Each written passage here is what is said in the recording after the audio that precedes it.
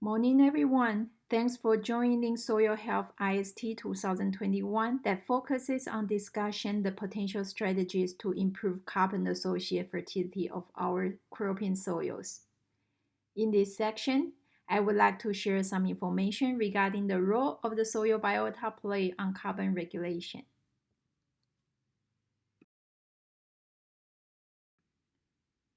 Within this topic, the first few questions for us to explore can be that what are presenting in the soil and who of those are associated with carbon cycling? The answers to these questions would likely to be that there are way more diverse organisms living in the soil than what we expected, as 1 grain of agricultural soil can harbor more than 1 billion microbes, 10,000 protozoa, hundreds nematodes, and several arthropods. All of these organisms contribute to soil carbon cycling. These organisms, plus the plant roots and animals living below ground, are called soil biota.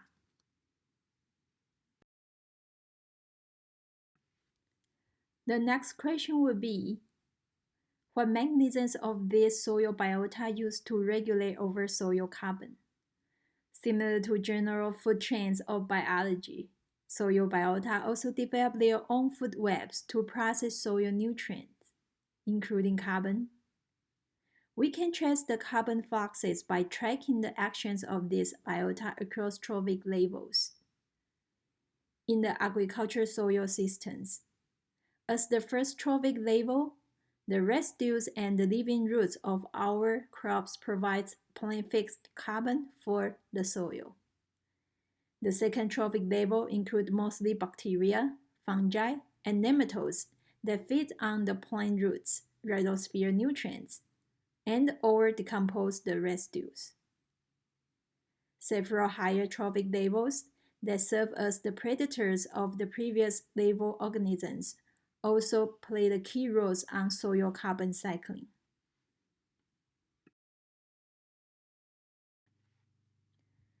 As mentioned earlier, we have more than 1 billion microbes per grain soil that serve as secondary trophic level biota. These microbes actively process carbon input from the crops in real time. So where are these microbes located? It turns out that the microbes that use different ways to process different types of carbon can allocate in different parts of the soil.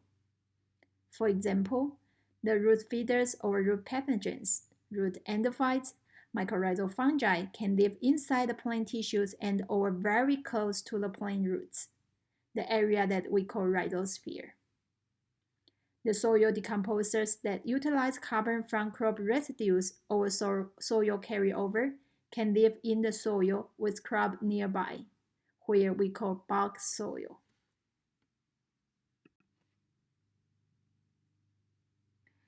As shown in the diagram at right, the oval shapes that represent the territory of these microbes are overlapped. This indicates that many of these microbes can have dual ecological functions and are able to process soil carbon in different ways. For example, many root endophytes can be beneficial or at least neutral to the crops. However, may also perform saprotrophic lifestyle when the soil nutrients favor the decomposition of these particular microbes. In this sense, our management systems that provide different amounts and quality of the soil residues and the fertilizers can certainly change the biomass and lifestyle of these carbon-associated microbes. This points out the importance of the management to control carbon process by the soil microbiomes.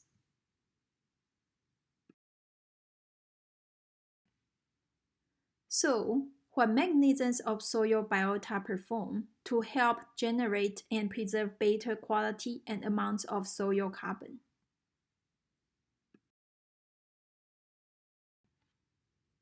As shown here, it is estimated that total biomass of soil biota only contributes to around 300 gigatons of soil carbon on Earth. However, these living biota are able to process over 2,000 gigatons of carbon in the soil. This points out that compared to their own biomass, the activities of soil biota hold the key to regulate over soil carbon cycling and storage.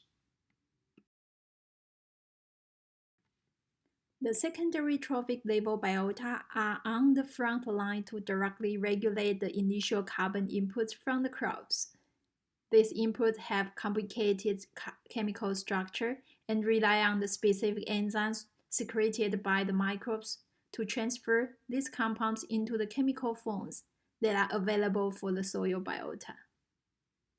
Several key mechanisms are used by those secondary trophic level biota to regulate the tremendous amounts of the soil carbon. These processes will also contribute to below ground and above ground carbon cycling. Briefly, the microbial symbionts are able to obtain the plant fixed carbon as their major carbon sources through nutrient exchange between the plant cells and the microbes. This process helps to store the carbon from the living plants in the soil.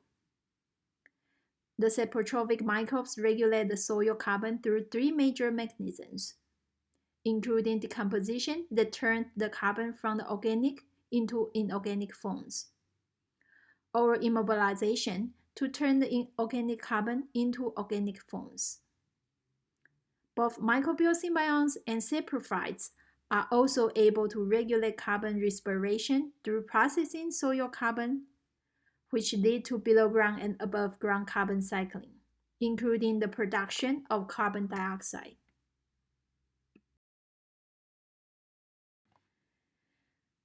Over millions of microbial taxa living in the soil are performing carbon-associated mechanisms in real time. However, many of their functions are underestimated due to the lack of studies. Here, we show two fungal taxa as the examples that can regulate soil carbon through different ways. The first example is the avascular mycorrhizal fungi. This fungal group has been studied relatively more in the past due to the important roles they play on facilitating phosphorus uptake for diverse plant species. As the beneficial symbionts, avascular mycorrhizal fungi can colonize the roots of most crop plants. These fungal groups can colonize over 80 plant species on Earth. They usually live in the root tissues and rhizosphere. They are ready to receive the carbon fixed from the plant. The sections of perennial peanut root shown at right were made by our graduate student, Victor Goria. We can clearly find the string-like structures stained by dark blue that we call fungal hyphae. They are the cells of avascular mycorrhizal fungi. This hyphal structure allows fungi reach out the minerals in the soil, uptake, and bring them back to the plant cells. The typical structure of avascular mycorrhizal fungi, named vesicles, were also founded here. These oval-shaped vesicles are the spatial structure of fungal hyphae presenting in the root apoplast. The vesicles allowed avascular mycorrhizal fungi to reserve the nutrients they obtained, including complex carbon, minerals, and lipid. From the image, we can roughly count the ratio of fungal vesicles and plant cells with about 1 to 30, meaning that the key roles that avascular mycorrhizal fungi play to store the nutrients in perennial peanut roots, including carbon-associated compounds. As shown in another image of perennial peanut root tissue, the avascular mycorrhizal fungi also form a branched finger-like hyphae, named avasculus. This structure serves as the nutrient exchange interface between fungi and root cells. These branched finger-like structures are observed in almost all of the cortex cells in plants in this image, providing the evidence showing that avascular mycorrhizal fungi as the dominant sink to store the carbon fixed by perennial peanut. So, how important of this arbuscular mycorrhizal fungi on regulating over soil carbon? It was estimated that arbuscular mycorrhizal fungi are the sink of over 10% carbon fixed by the living plants. Most of this carbon turn into fungal biomass and contribute to at least 50 up to 900 kilograms of soil organic carbon per hectare, depending on the quantity of these fungal groups presenting in the root and soil. In addition to fungal biomass, arbuscular mycorrhizal fungi also produce growth-associated soil proteins. The growth-associated proteins can regulate sequestrations of soil carbon and stabilize soil aggregates. Such mechanisms may affect the cycling of around 5% total soil carbon.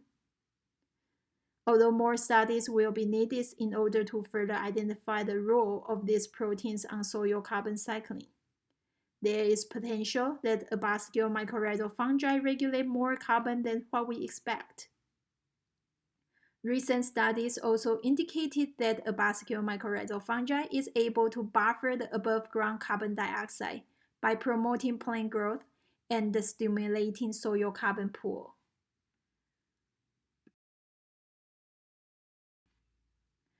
Compared to arbuscular mycorrhizal fungi, our second example, the fungal species of Motiria elongata, is less studied, despite the important roles this fungal taxa may play on soil carbon cycling.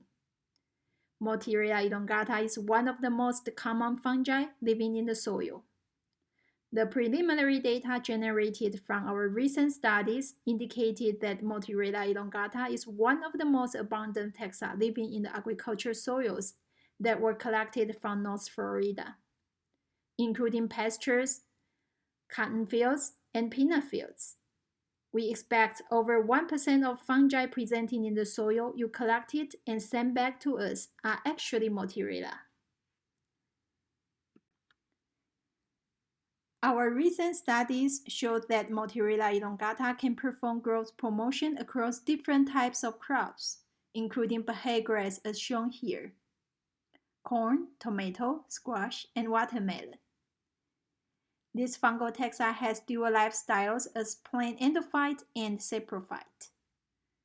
Due to their abundance, the saprotrophic lifestyle, and the growth promotion activities, it is likely that Motiria elongata play the key roles on processing the carbon from both living plants and the residues. This includes to store the tremendous carbon to become their own biomass.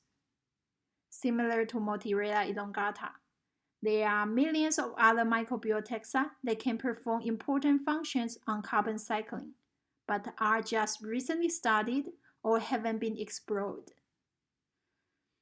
This lack of studies in these areas often lead the biological function on soil carbon storage to be underestimated.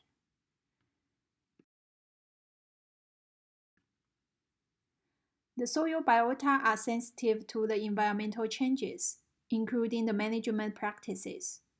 The practices that provide less disturbance and provide greater quality of nutrients and the conditions for the soil will help to recruit the soil biota who help to store the soil carbon and promote crop growth.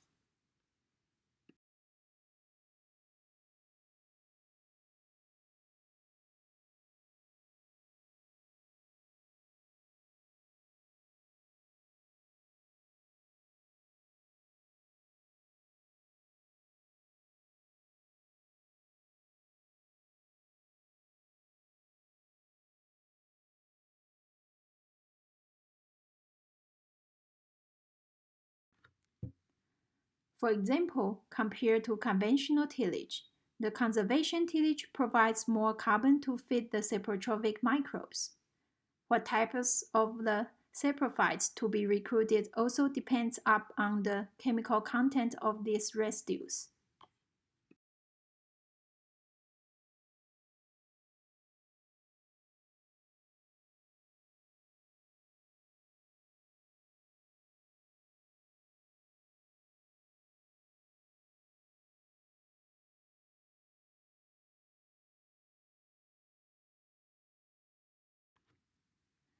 The agricultural systems that rotated by different plant species provide diverse types of the root litters. More diverse of chemical components released from these root litters may help to recruit higher diverse of soil biota, particularly the secondary trophic level biota. These biota help to process the complex carbons released from the living roots as well as produced by the carryover from the previous crops. By doing so, these biota also complete the territory with plant pathogens in rhizosphere and help to reduce disease pressure.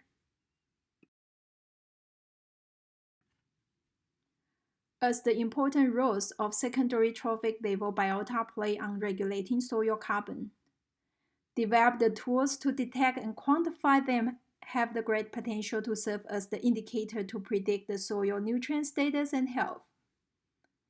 The recent developed molecular tools to identify the whole community of bacteria and fungi hold promise to achieve this goal. However, we are still waiting for further improvement of these tools to be more informative and user-friendly. To do so, it will largely rely on the team's effort of molecular biologists, bioinformatics scientists, engineers, and computing scientists. I believe the tools are going to be greatly improved within years due to the rapid growth for the tool development in this area. At current stage, we may find the advantage and limitations of bioindicator tools we applied in this IST from the perspective of sample collection, process, and data outcomes. The samples collection is relatively easy by just collecting the soil from the crop system of our interest. However, since soil biota are sensitive to the environment, the DNA can turn over quickly and the contamination can occur during the sample shipment. It is usually recommended to ship the sample in cold condition. However, this may be the challenge for the agents or the growers to help with the sample shipment.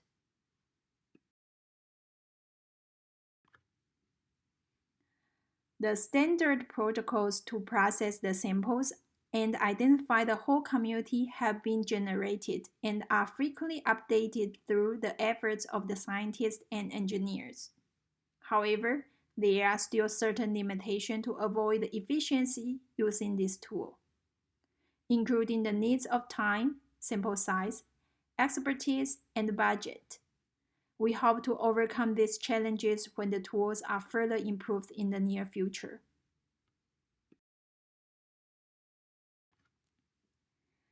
As mentioned earlier, the key advantage using sequencing tool to identify the bioindicators will give us the picture of whole community changes that indicate the status of soil carbon and soil health.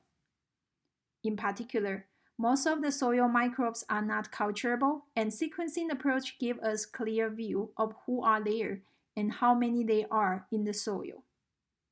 However, more improvements for the protocol will still be needed to avoid the bias from the tools. Soil harbor very complex microbial community with very high diversity of their genome type. There are probably millions of different genome signatures that can be found per grain of the soil.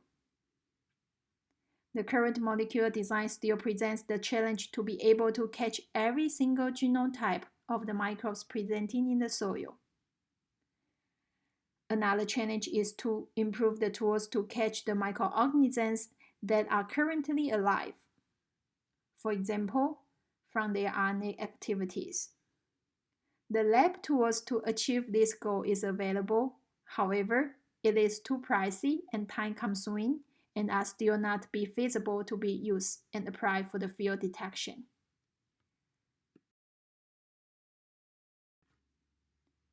Overall, I hope this lecture helped our agents to recognize the important roles of soil biota play on carbon process, soil health, and crop growth.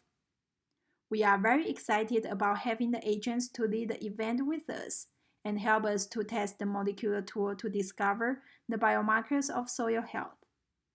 In July, we will hold a follow-up meeting with our agents and further discuss the advantage and limitation of this tool using the actual data generated from the samples collected by you.